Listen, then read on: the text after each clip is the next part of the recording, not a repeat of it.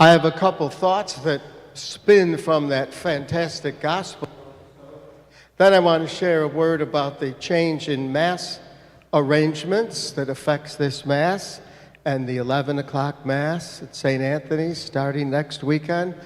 But first, a little thought about that beautiful gospel story. I don't want to talk too long. I told you about the priest last summer. They didn't have air conditioning. It was a hot day. And the priest was given a long sermon. And he looked out, and there was a man in the fourth pew. He fell asleep. And the priest told his buddy, he said, "Wake up that guy next to you." And the guy said to the priest, "You wake him up. You're the one that put him to sleep." So how many of you like a fried bologna sandwich? I like, right? Fried bologna's kind of a Utica. What? That's it? Couple people? Yeah, sure. Well, this gospel story from St. Mark is like a sandwich. You got one story in another story with a piece of hot pepper and provolone in the middle, you know? First, you've got the poor official named Jairus. He comes to our Lord and says, "My little girl is sick. Please come to the house." But then St. Mark puts in between the woman, old, who had suffered 12 years from a kind of hemorrhaging, and Jesus cures her. So it's kind of like a sandwich, a story in a story. And briefly, the point is that the woman is desperate.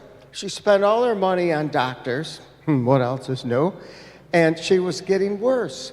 And in those days, among the strict religion, if there was anyone with a flow of blood or hemorrhaging, they were unclean. They couldn't go to church or go out anywhere. Nobody would be near them. So this poor lady suffered physically and emotionally. She was isolated.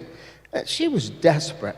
She was really desperate. She said, "If I just touch the tassel on the bottom of his robe." In other words, she put her trust in what our blessed Lord could do. And there's a lot of people, I think she represents a lot of people who, they're good people, they have faith. Once in a while, they get in a real predicament. They get in trouble. Could be physical, emotional, the family, money, who knows what. And they're almost ready to give up.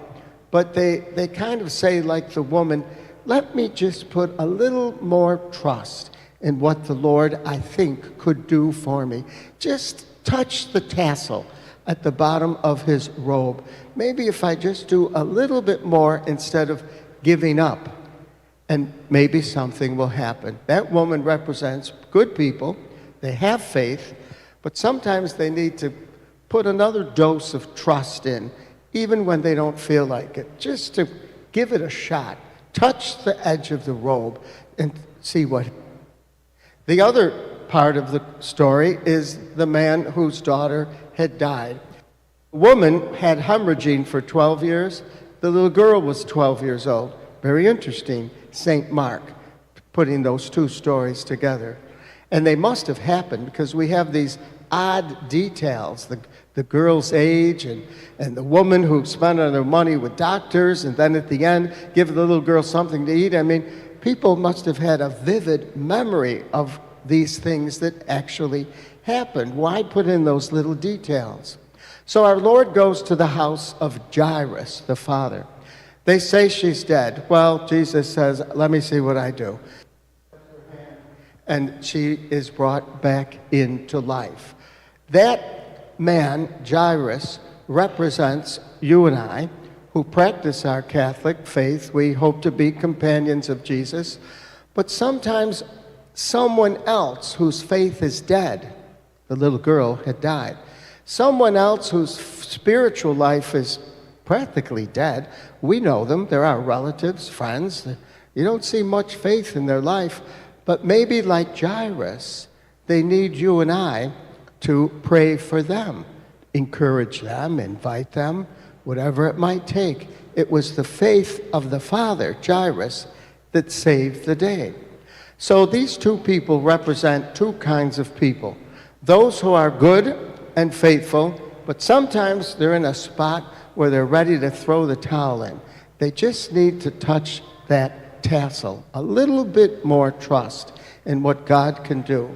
The woman represents the man, Jairus, represents those like us who maybe are called upon to pray for the ones who, the people who died spiritually.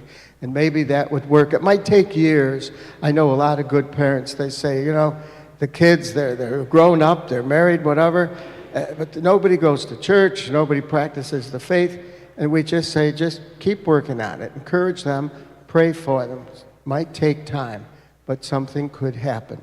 So that's about the gospel. Now, I want to share a word about this Mass. This is the last Saturday for the Mass here at 4:30. Then it'll be 4:30 with me all the time over at St. Anthony's. Their 11 o'clock Mass will be only here at 11 o'clock on Sunday. And I know there's some good people.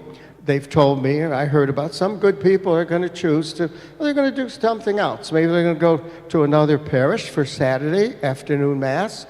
Maybe they'll meet me over there on Saturday. It'll be at 4:30. I respect people that make that choice.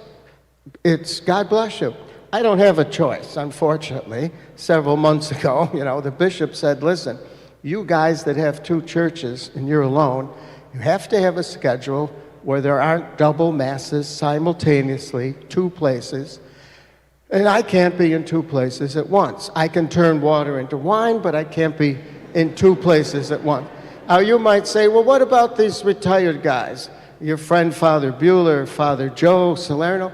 You know what? These guys don't want to commit to every weekend doing a job regularly. They said, that's why we retired. We'll help out once in a while, but, they don't want to get locked into that. That's what they retired all about. So I will continue to do the best for both places that are in my care. The weekend masses here and there, and the baptisms, the funerals, the weddings, the meetings, the feasts, the festivals, and everything else. And we go forward. For how long will we have this kind of arrangement? I don't know. For how long will there be two kind of Italian background, beautiful parishes 5 minutes apart? How long will that go for? I don't know. But as long as it goes, I'm going to do my best to serve both.